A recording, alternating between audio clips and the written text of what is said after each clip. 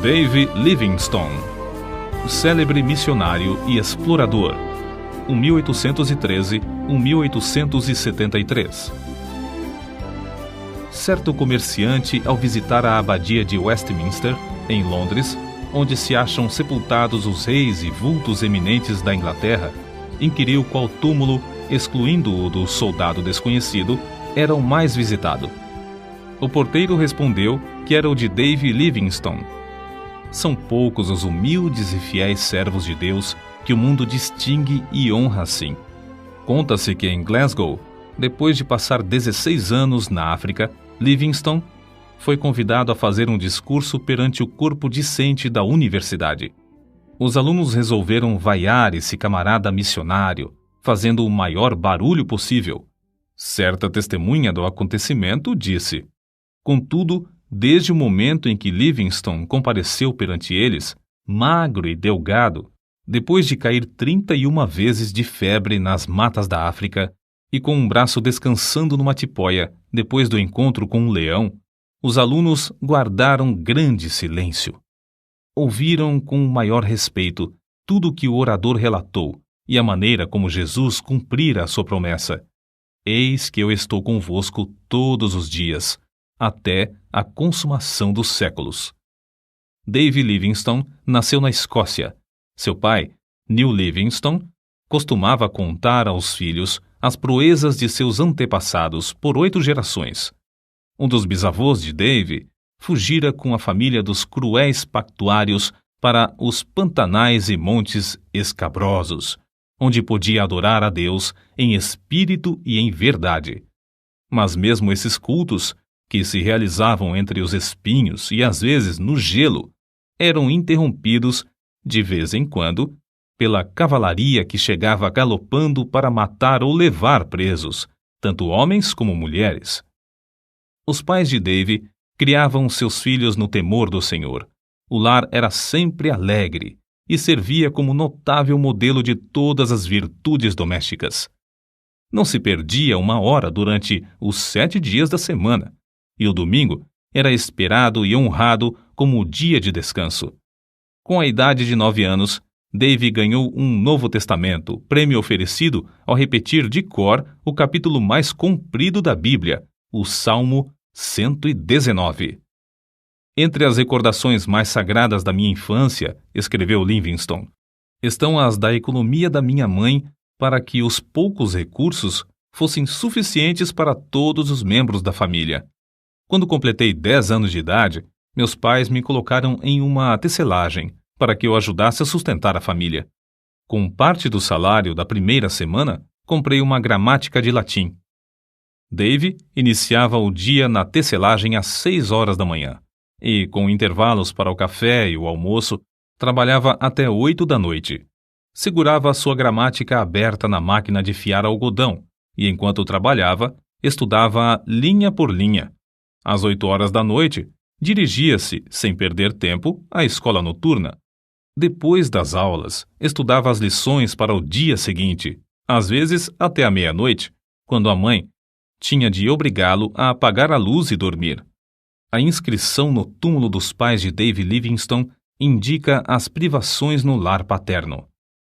Para marcar o lugar onde descansa Neil Livingstone e Agnes Hunter, sua esposa, e para exprimir a gratidão a Deus dos seus filhos, João, Dave, Janet, Carlos e Agnes, por pais pobres e piedosos. Os amigos insistiam em que ele mudasse as últimas palavras para pais pobres, mas piedosos, grifo do autor.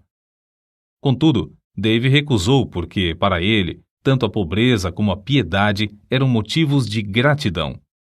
Sempre considerou o fato de aprender a trabalhar longos dias, mês após mês, ano atrás ano, na fábrica de algodão, uma das maiores felicidades da sua vida.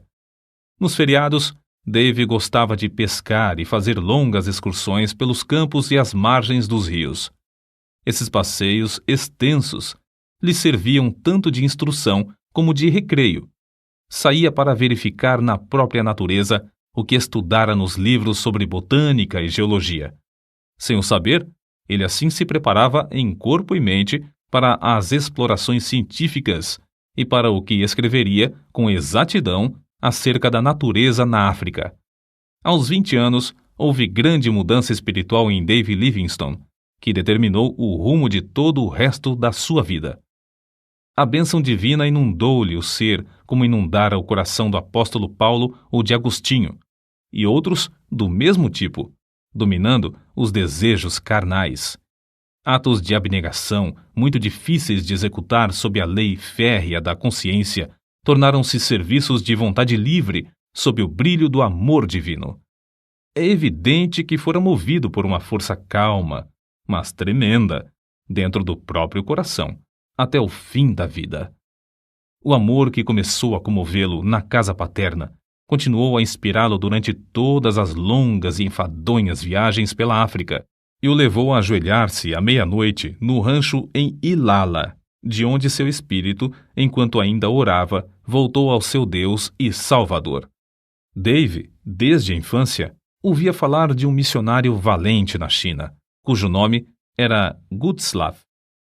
Nas suas orações, à noite, ao lado de sua mãe, orava por ele. Com a idade de 16 anos, Dave começou a sentir desejo profundo de fazer conhecido o amor e a graça de Cristo, aqueles que jaziam em densas trevas, e resolveu firmemente, no coração, dar também sua vida como médico e missionário ao mesmo país, a China. Ao mesmo tempo, o professor da sua classe da escola dominical, Dave Hogg, o aconselhava: Ora, moço, faça da religião o motivo principal da sua vida cotidiana, e não uma coisa inconstante, se quer vencer as tentações e outras coisas que o querem derribar. E Dave assentou no seu coração dirigir sua vida por essa norma. Ao completar 9 anos de serviços na fábrica, foi promovido a um trabalho mais lucrativo. Conseguiu concluir seus estudos, recebendo o diploma de licenciado da Faculdade de Médicos e Cirurgiões de Glasgow, sem ter recebido um tostão de auxílio de alguém. Se os crentes não o tivessem aconselhado a que falasse à Sociedade Missionária de Londres acerca, teria ido por seus próprios esforços, declarou Livingstone mais tarde. Durante todos os anos de estudo para ser médico e missionário, sentia-se dirigido para trabalhar na China. Certa vez, numa reunião, ouviu o discurso de um homem de barba comprida e branca, alto, robusto e de olhos bondosos e penetrantes, chamado Roberto Moffat. Esse missionário voltara da África a um país misterioso, cujo interior era então desconhecido. Os mapas desse continente tinham no centro enormes espaços em branco, sem rios e sem serras. Falando a respeito da África, Moffat disse a Dave Livingstone: há uma vasta planície ao norte, onde tenho visto, nas manhãs ensolaradas, a fumaça de milhares de aldeias, onde nenhum missionário ainda chegou. Comovido ao ouvir falar em tantas aldeias sem o evangelho e sabendo que não podia mais ir à China por causa da guerra que havia naquele país, Livingstone respondeu: irei imediatamente para a África. Com isso, os irmãos da missão concordaram, e Dave voltou ao humilde lar em Blantyre, para se despedir dos pais e irmãos. Às 5 horas da manhã do dia 17 de novembro de 1840, a família se levantou. Dave leu o Salmo 121 e 135 com eles. O sol não te molestará de dia e nem a lua de noite. O Senhor guardará a tua entrada e a tua saída, desde agora e para sempre. Essas palavras ficaram gravadas no seu coração e o fortaleceram quando teve de suportar calor e perigos durante os longos anos vividos mais tarde na África. Depois de orarem, despediu-se da sua mãe e irmãs e andou a pé, com seu pai, que o acompanhou até Glasgow. Depois de se despedirem um do outro, Dave embarcou no navio para não mais ver, aqui na terra, o rosto nobre de New Livingstone. A viagem de Glasgow ao Rio de Janeiro e, por fim, à cidade do Cabo, na África, durou 3 meses. Mas Dave não desperdiçou seu tempo. O comandante se tornou seu amigo íntimo e ajudou-o a preparar os cultos nos quais Dave pregava aos tripulantes do navio. O novo missionário aproveitou também a oportunidade para, estando a bordo, aprender a usar o sextante, e saber exatamente a posição do navio, observando a lua e as estrelas. Essa ciência lhe foi mais tarde de incalculável valor para orientar-se nas viagens de evangelização e exploração do imenso interior desconhecido, do qual subia a fumaça de 1000 vilas sem missionário.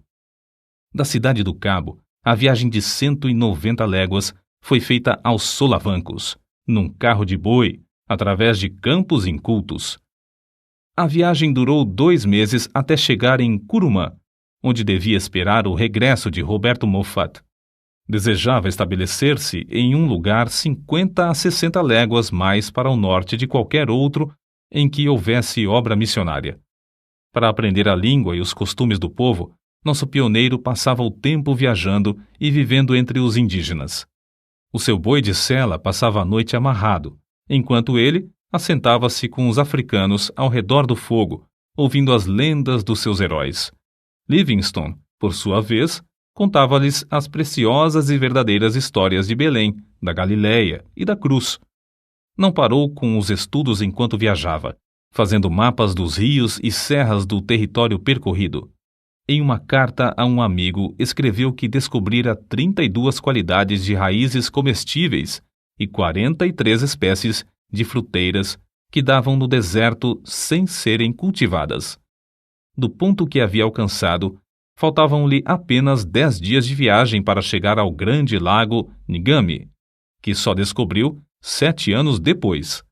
De Curumã, o missionário, licenciado da Faculdade de Médicos e Cirurgiões de Glasgow, escreveu a seu pai: "Tenho uma clientela grande. Há pacientes aqui que andaram mais de 60 léguas para receber tratamento médico. Esses, ao regressarem, enviarão outros para o mesmo fim." Estabeleceu a sua primeira missão no lindo vale de Mabotsa, na terra de Bacarla.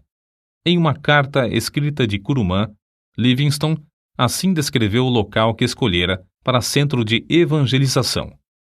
Está situado em um anfiteatro de serras que se intitula Mabotsa, isto é, ceia de bodas. Que Deus nos ilumine com a sua presença, para que, por intermédio de servos tão fracos, muito povo ache entrada para a ceia das bodas do Cordeiro. Foi em Mabotsa que teve o histórico encontro com um leão.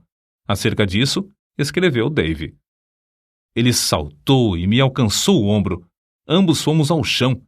Rosnando horrivelmente perto do meu ouvido, sacudiu-me como um cão faz a um gato. Os abalos que me deu o animal produziram-me um entorpecimento igual ao que deve sentir um rato depois da primeira sacudidela que lhe dá o gato. Atacou-me uma espécie de adormecimento em que não senti dor nem sensação de temor. Contudo, antes de a fera ter tempo de matar, deixou-o para atacar outro homem, que, de lança na mão, entrara na luta.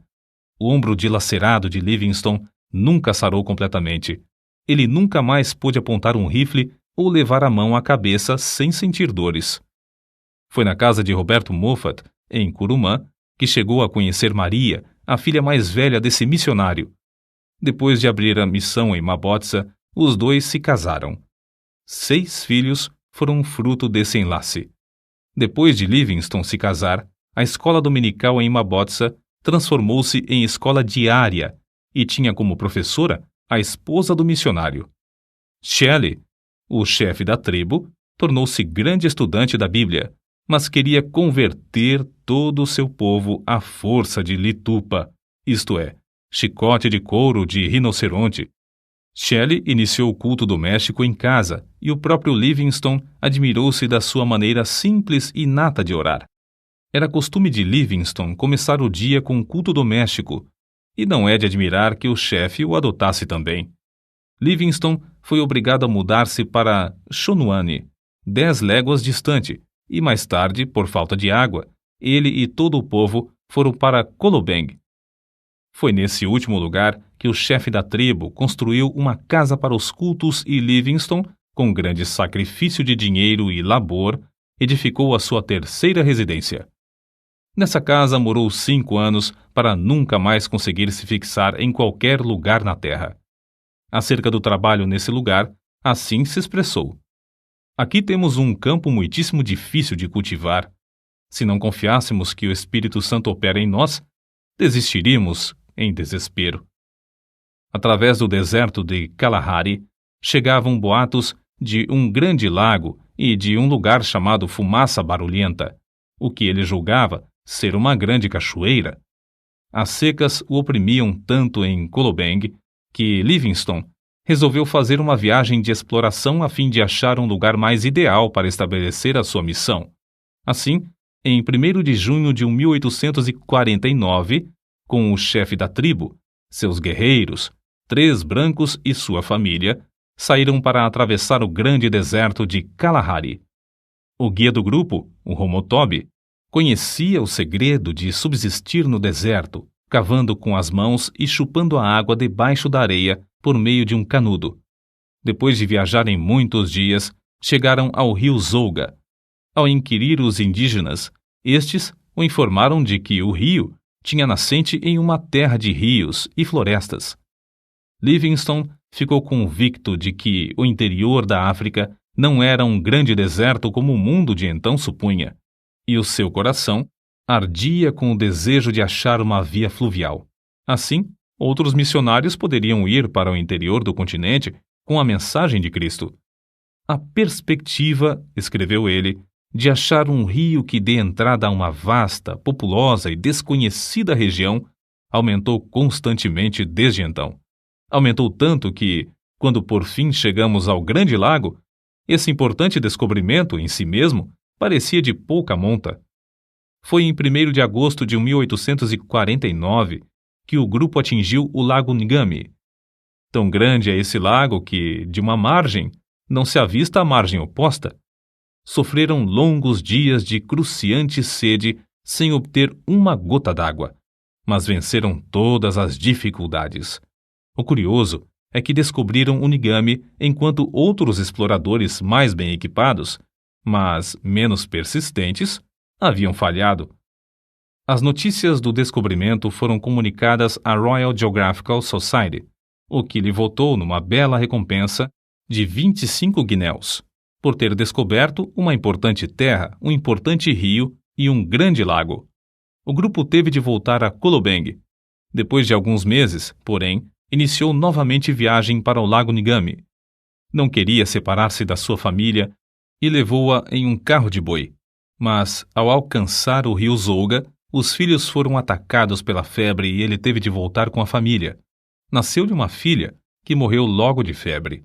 Livingstone, contudo, ficou mais firme do que nunca na sua resolução de achar um caminho para levar o evangelho ao interior da África.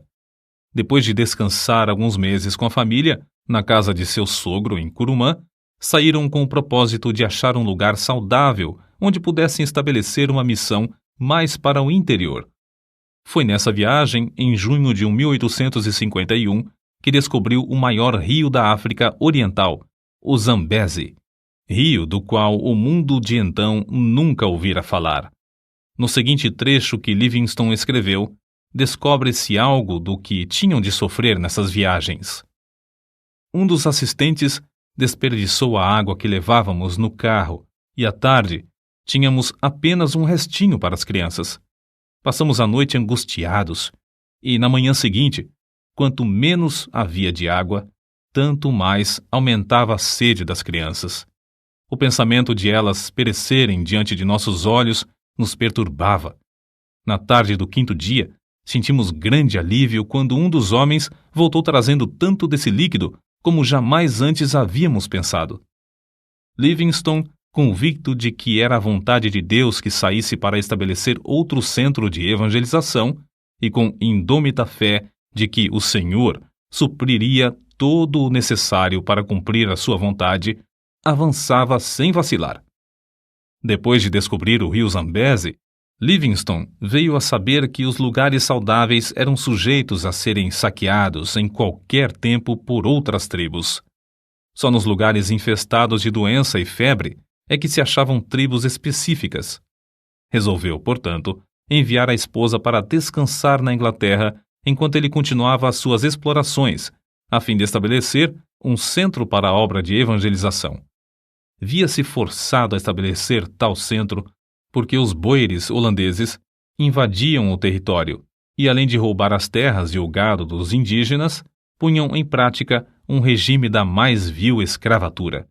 Livingstone enviou crentes fiéis para evangelizar os povos em redor, mas os boeres acabaram com essa obra, matando muitos dos indígenas e destruindo todos os bens que o missionário possuía em Kolobeng. Diante desse quadro, o obreiro levou sua família para a cidade do Cabo, de onde seus queridos embarcaram em um navio para a Inglaterra. Nesse tempo, quando Deus suprira todo o necessário para que a família voltasse à terra natal, declarou: Ó amor divino, eu não te amo com a força, a profundidade e o ardor que convém. A separação da família causou-lhe profunda mágoa, mas dirigiu o rosto heroicamente de novo a socorrer as infelizes tribos do interior da África. Havia 3 motivos que o aconselhavam a fazer uma viagem de exploração. Primeiro, queria achar um lugar para residir com a família entre os Barotses e evangelizá-los. Segundo, a comunicação entre o território dos Barotses e a cidade do Cabo era muito demorada e difícil, e ele queria descobrir um caminho para um porto mais próximo.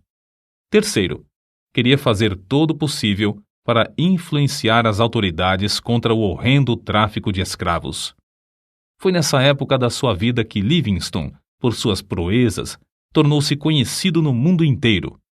No seu ardor, desejando que Deus lhe poupasse a vida e o usasse em abrir o continente para a entrada do Evangelho, orou assim: Ó Jesus, rogo que me enchas agora com o teu amor e me aceites e me uses um pouco para a tua glória. Até agora não fiz nada para ti, mas quero fazer algo.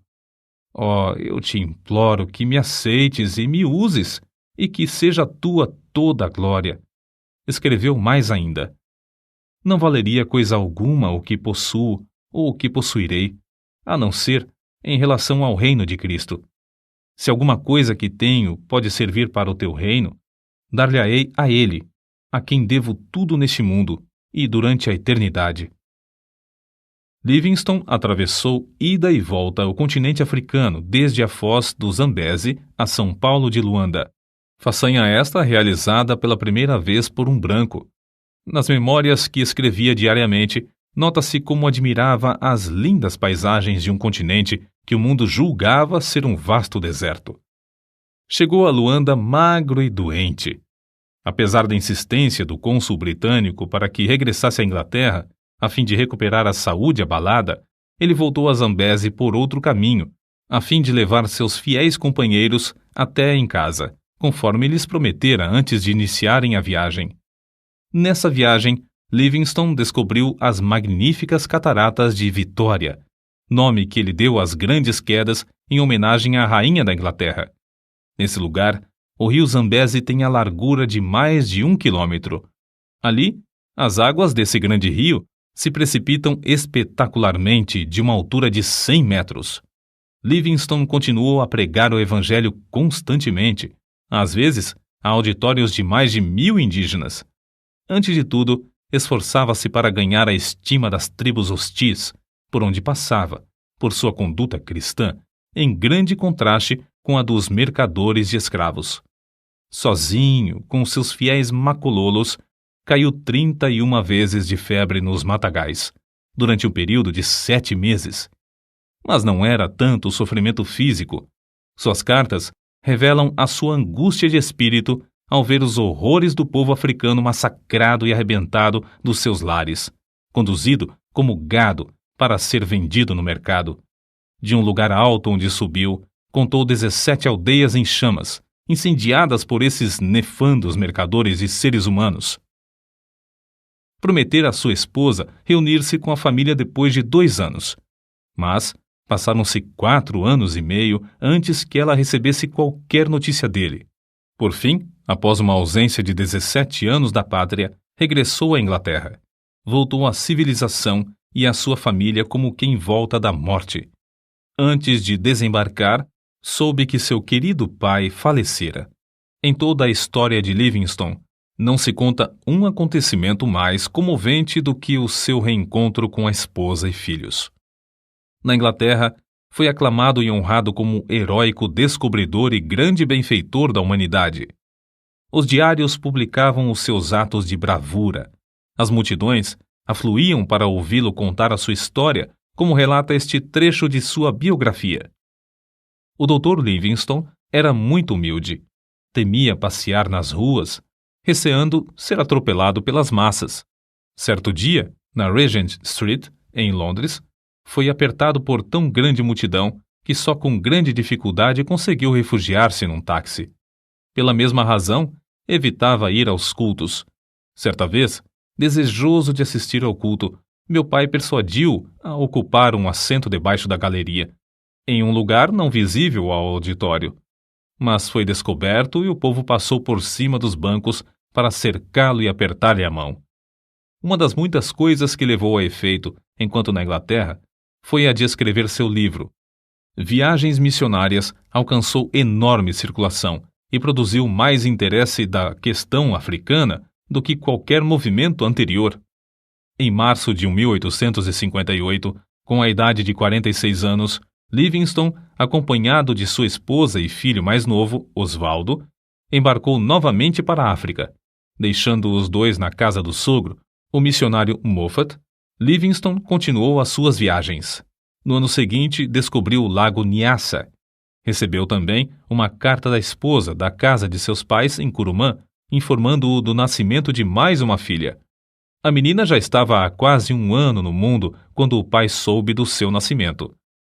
As explorações dos rios Zambeze, Tete e Shire e do lago Nyassa foram feitas com o propósito de saber quais os pontos mais estratégicos para a evangelização, e missionários foram enviados da Inglaterra para ocupar esses lugares. Em 1862, a esposa reuniu-se a ele novamente e acompanhava-o nas viagens, mas 3 meses depois faleceu, vítima da febre, e foi enterrada em uma encosta verdejante na margem do rio Zambeze. No seu diário, Livingstone assim escreveu: Chorei-a porque merece as minhas lágrimas. Amei-a ao nos casarmos, e quanto mais tempo vivíamos juntos, tanto mais a amava. Que Deus tenha piedade dos filhos. Um dos maiores obstáculos que Livingstone enfrentou na obra missionária foi o terror dos indígenas ao verem o rosto de um homem branco. Não era para menos, se considerarmos suas atrocidades.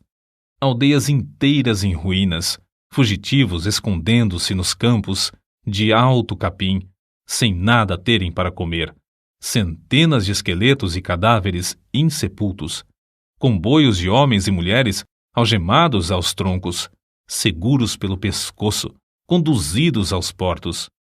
É difícil concebermos a magnitude da desolação criada por homens cruéis que participavam do tráfico de escravos. Esses homens tentavam, também, com ódio cruel e arte diabólica, terminar com a obra de Livingstone. Finalmente conseguiram, por meio da política do seu país, induzir a Inglaterra a chamá-lo de volta à sua terra. Foi assim que Livingstone chegou de novo à sua pátria depois de uma ausência de cerca de 8 anos. Os crentes e amigos na Inglaterra, animados pela visão de Livingstone, começaram a orar e enviar-lhe dinheiro para continuar sua obra no continente negro. O nosso herói desembarcou pela 3ª e última vez na África, em Zanzibar. Na expedição que iniciou em Zanzibar, descobriu os lagos Tanganyika, 1867, Moero, 1867, e Bangueolo, 1868. Passou 5 longos anos explorando as bacias desses lagos. A oração e a palavra de Deus foram o seu sustento espiritual durante esses anos de provações, que sofria por parte dos negociantes de escravos.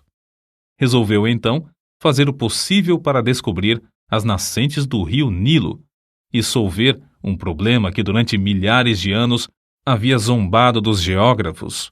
Sabia que se descobrisse as nascentes do famoso Nilo, o mundo todo lhe daria ouvidos acerca da chaga aberta na África, o comércio de escravos.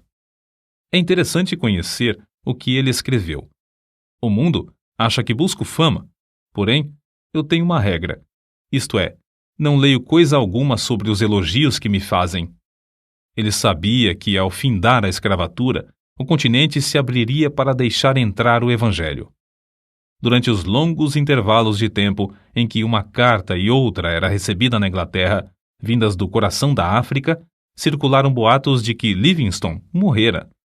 Não só os homens que traficavam escravos queriam matá-lo, mas também muitos dos próprios indígenas, por não acreditarem existir um homem branco que fosse amigo de coração.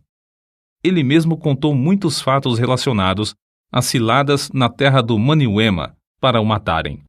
Nesse lugar, ele escreveu no seu diário: "Li toda a Bíblia 4 vezes, enquanto estive em Maniuema. Na solidão, achou grande conforto nas Escrituras.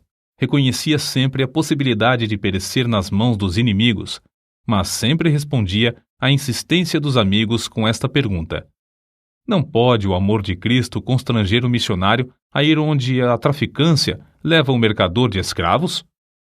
Pela primeira vez, nas milhares de léguas que caminhou, os pés do pioneiro falharam. Obrigado a ficar algum tempo em uma cabana, todos os seus companheiros o abandonaram, à exceção de 3 que permaneceram com ele. Reduzido a pele e ossos por causa da grave doença que sofrera em Maniuema, por fim, chegou a Ujiji. Não tinha recebido cartas havia 2 anos e esperava receber também as provisões que enviara para lá. Contudo, as cartas não haviam chegado. Com o corpo enfraquecido e destituído de roupas e alimentos, veio a saber que lhe tinham roubado tudo. Nessa situação, ele escreveu: "Na minha pobreza, senti-me como o homem que, descendo de Jerusalém a Jericó, caiu nas mãos de ladrões. Não tinha esperança de que sacerdotes, levitas ou o bom samaritano viessem em meu socorro. Entretanto, quando minha alma se achava mais abatida, o bom samaritano já estava bem perto de mim." O bom samaritano era Henrique Stanley, enviado pelo New York Herald devido à insistência de muitos milhares de leitores desse jornal, pois queriam saber ao certo se Livingstone ainda vivia, ou, no caso de ter morrido, para trazer seu corpo. Stanley passou o inverno com Livingstone, mas este recusou-se a ceder aos apelos do jornalista para que voltasse à Inglaterra. Livingstone podia voltar e descansar entre amigos, com todo o conforto, mas preferiu ficar e realizar seu anelo de abrir o continente africano ao Evangelho. A sua última viagem foi para Luapula, pois desejava verificar se esse rio era a nascente do Nilo ou do Congo. Nessa região, chovia incessantemente. Livingstone sofria dores atrozes. Dia após dia, tornava-se-lhe mais e mais difícil caminhar. Foi então carregado pela primeira vez pelos fiéis companheiros Suzy Schumann e Jacob Wainwright, todos indígenas.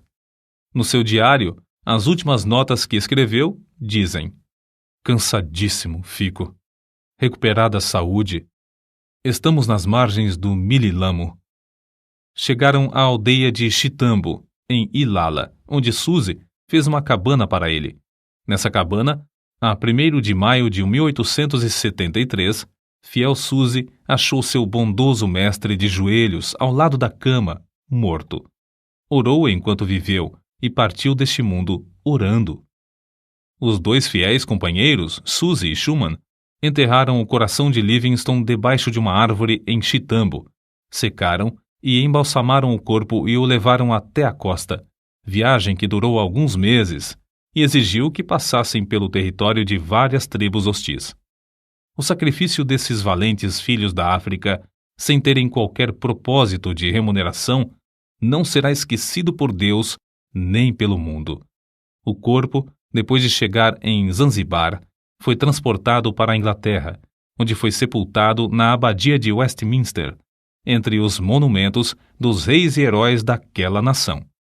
Não havia dúvida quanto ao corpo de Livingstone. Era fácil de identificar. O osso de cima do braço esquerdo tinha distintamente as marcas dos dentes do leão que o atacara. Entre os que assistiram ao enterro estavam seus filhos e o velho missionário Roberto Moffat, pai de sua querida esposa. A multidão consistia de povo humilde que o amava e dos grandes que o honravam e respeitavam. Conta-se que, entre as multidões que permaneciam nas calçadas das ruas de Londres no dia em que o cortejo acompanhava o corpo de David Livingstone, havia um velho chorando amargamente.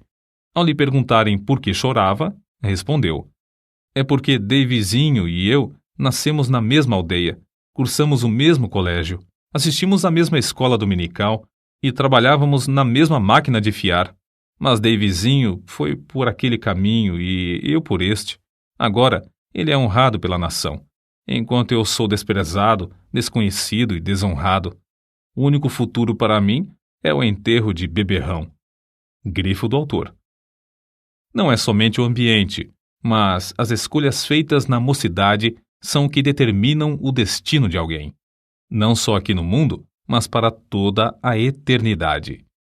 Quando Livingstone falou aos alunos da Universidade de Cambridge, em 1857, disse: "Por minha parte, nunca cesso de me regozijar por Deus ter me apontado para tal ofício. O povo fala do sacrifício de eu passar tão grande parte da vida na África.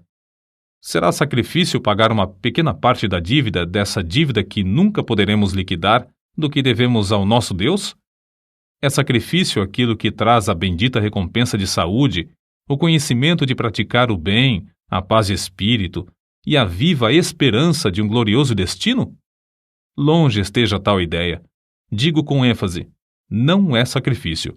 Nunca fiz sacrifício. Não devemos falar dos nossos sacrifícios ao nos lembrarmos do grande sacrifício que fez aquele que desceu do trono de seu Pai, nas alturas, para se entregar por nós. Se Livingstone não tivesse adoecido, teria descoberto as nascentes do Nilo. Durante os 30 anos que passou na África, nunca se esqueceu do seu alvo principal, que era levar Cristo aos povos desse obscuro continente.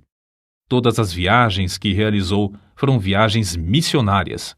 Gravadas no seu túmulo podem ser lidas estas palavras: "O coração de Livingstone jaz na África, seu corpo descansa na Inglaterra, mas sua influência continua."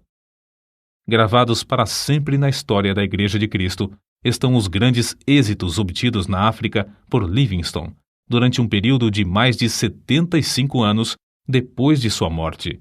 Êxitos inspirados, em grande parte, pelas orações e persistência desse eminente servo de Deus, que foi fiel até a morte.